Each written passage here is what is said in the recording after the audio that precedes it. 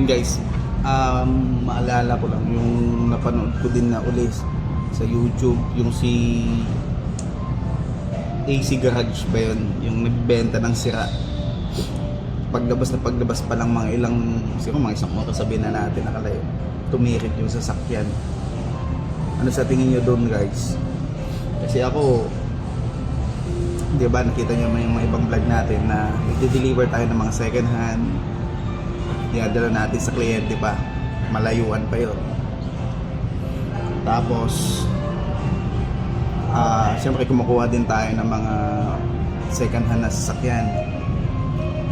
Yun lang, nasa isip ko lang, ba't niya sinasabi na nandun na tayo, as is where is na sinasabi. Kaso yung mga buy and sell kasi na ganyan, pag kumukuha sila ng second hand na sasakyan, kami di ba may trade-in kami, tinitignan nila kung ano yung problem, yung mga damage, like mga gas, dent, bangga, mga gano'n, di ba? Kaya nga minsan nababarat ang isang sasakyan dahil dun sa mga nakikitang problema na gano'n.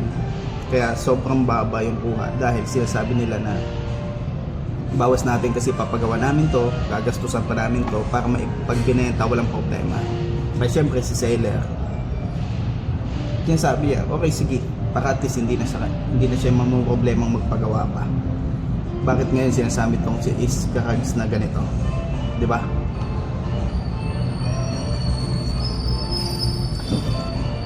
Hindi ko makuha yung sinasabi niya kasi minsan sila natitirikan, magkakuha pa lang isang minuto, paglabas, yan siya kasi sinabing ganun eh. Kaya nga sobrang baba yung kumuha ng second hand dahil binabawas nyo yung pampagawa ng mga nakukuha yung unit. Tapos ngayon sasabihin nyo minsan kami nasisiraan din pagkakuha pa lang.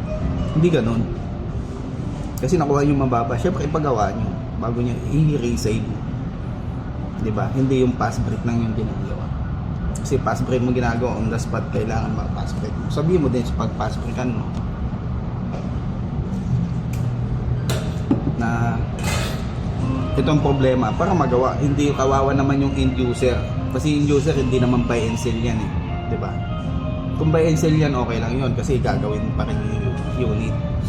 Pero yun, walang kamuang-muang na buyer, hindi niya alam yung problema kasi hindi naman niya malalaman mo na yung problema pag dinadrive mo na yan eh, diba? Kaya dapat maging totoo ka sa mga binibigay mo, kasi nasisira yung mga ahente katulad namin dahil sa ginagawa yung ganyan. Yun lang, dapat pag nakuha mo ng mababang presyo dahil sinabi mo na dahil sa problema ganito ganyan, ipapagawa mo bago may benta sa mga end user, diba? Yun. Nasingit lang natin yun kasi hindi ko rin mapigil sarili ko, hindi ko makuha kasi yung logic dun sa sinasabi niya eh, na as is where is kung hindi ka seller ng mga second na sasakyan, kung buyer, kung ikaw yung yung seller ng kinuhanan, eh buy and sell dealer ka eh, second hand dealer ka eh. At may sinasabi na as is where is, diba? Negosyo mo yan eh, hindi ka naman yung nagbebenta ng sasakyan para i-trade in lang.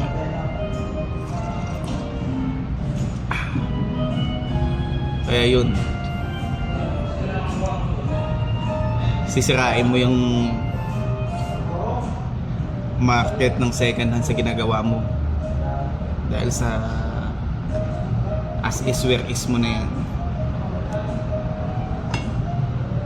Biro mo, nabili mo ng mababa dahil may problema, tapos binenta mo rin na mas mahal, hindi mo rin pinagawa, hindi kawawa yung bumili. Yun lang guys, aware lang tayo sa mga mandarambong na mga ganyan na seller. Yun, maraming salamat.